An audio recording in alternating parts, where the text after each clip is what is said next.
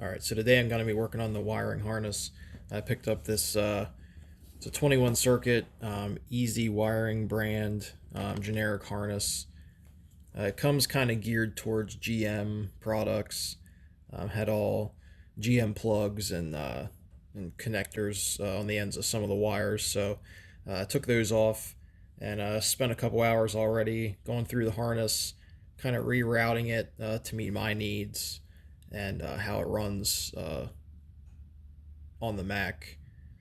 It comes kind of pre-routed, how most cars would be, with your dash wiring and rear wiring and all that kind of bundled together. So it took a little bit of modification, but it wasn't too bad to do.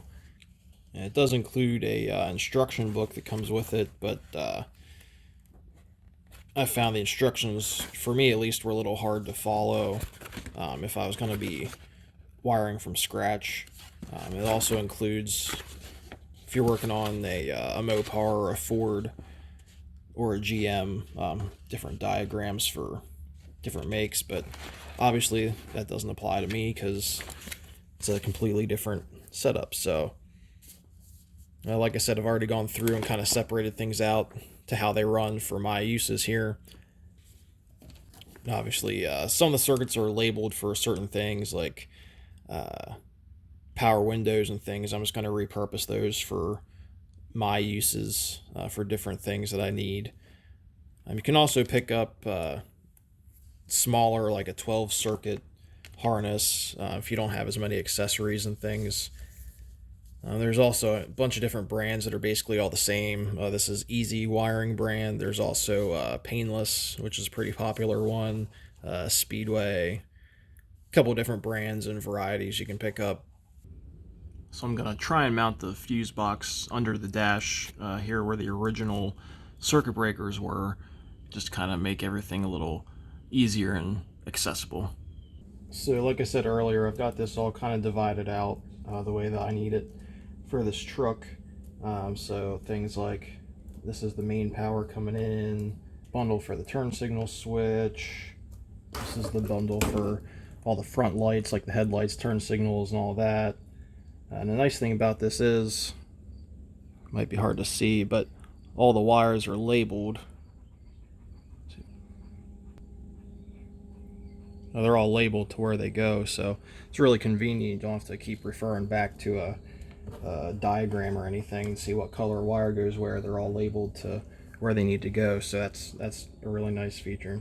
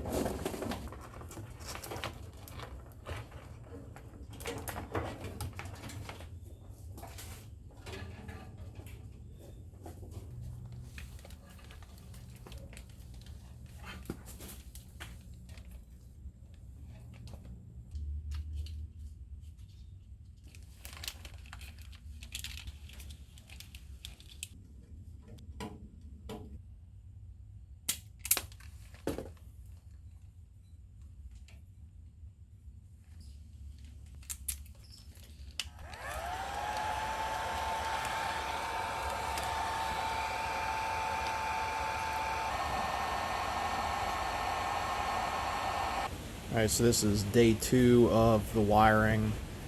So the first day I was pretty much focusing on the front of the cab wiring and getting that run down to the first terminal block where different parts of the harness come together.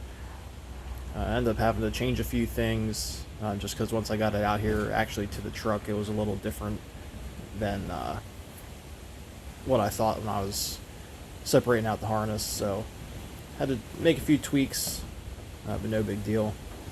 So today I'm going to focus on trying to get the ignition wiring all done.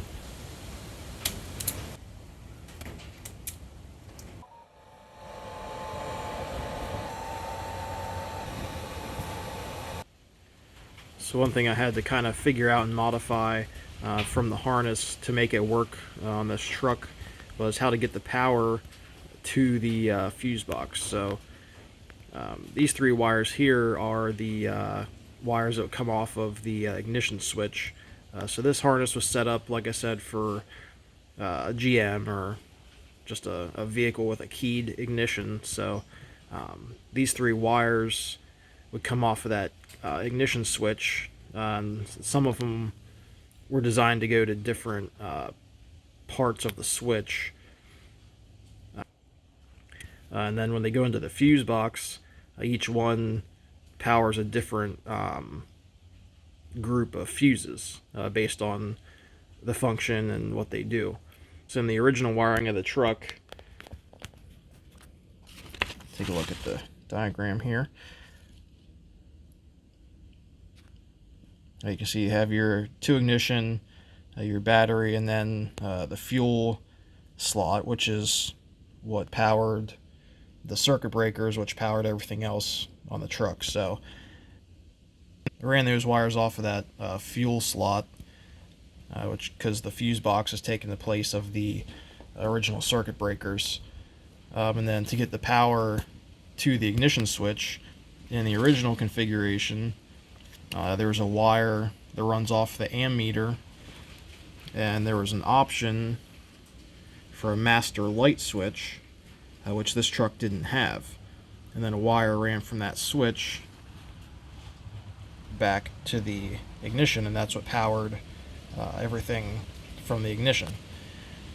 So there's a note on the original diagram here just to bolt those wires together when there's no master switch. So instead of doing that again, I just ran the wire right from the ammeter to the ignition switch to power it. So I ended up getting a new headlight switch because the old one was kind of crusty, and just for kind of the sake of time, just gonna put this on here temporarily at least. Might try and clean this one up and get it back on, but I broke the knob when I was trying to get it off anyway, so I have this new one here, and we'll see. Might end up leaving that on.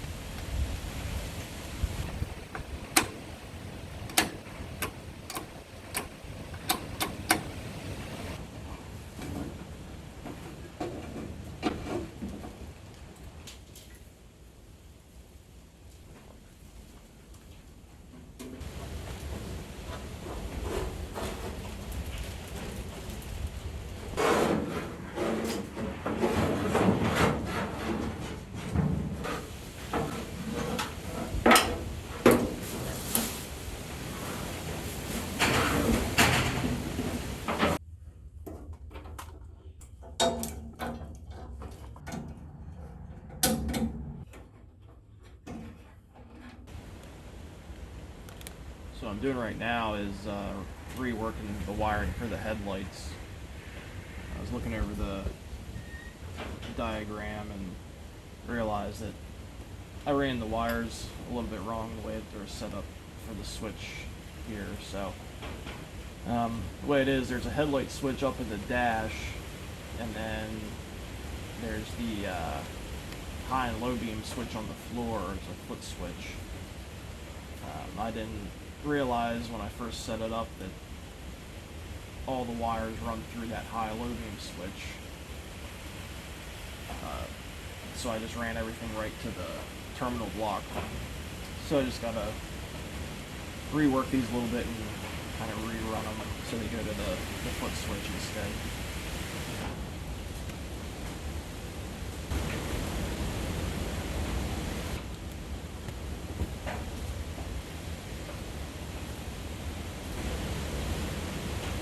Alright, so I've got the dash all wired up I have some extra circuits here for some things maybe in the future. I'm thinking about putting a maybe an inverter and running a like a power plug to charge cell phones and stuff. But we'll see how that goes. All the wiring's hooked up, I think, that I need for it to run. So put the batteries in and see if we got power. All right, well, here we go.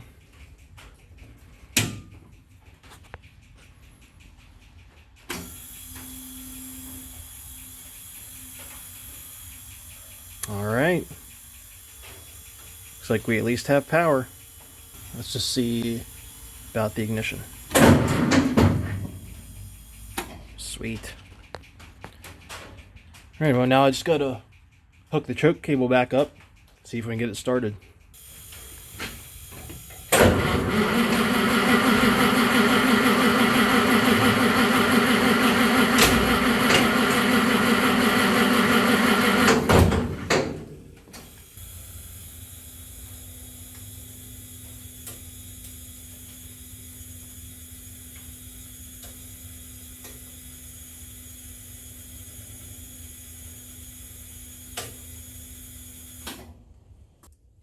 So just a quick summary here. I've got the easy wiring harness in and ran to where it needs to go.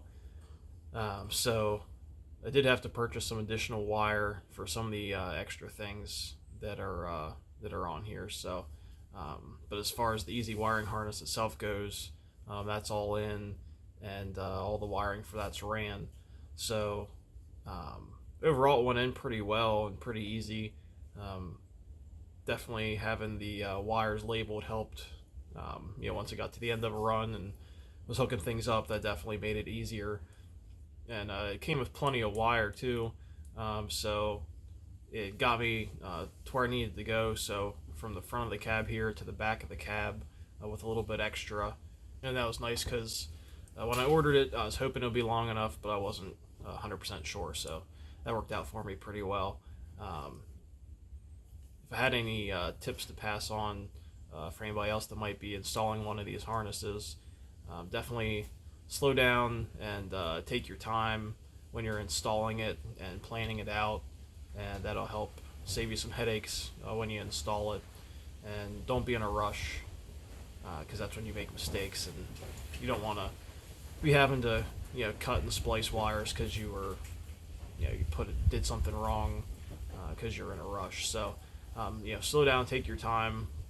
I figured out I have about 25 hours of work just in the harness, from kind of separating it out, rerouting things, a little bit of time in going through the original harness just to see how some things went together, and then the actual install of the harness. So about 25 to 30 hours of work just in that. So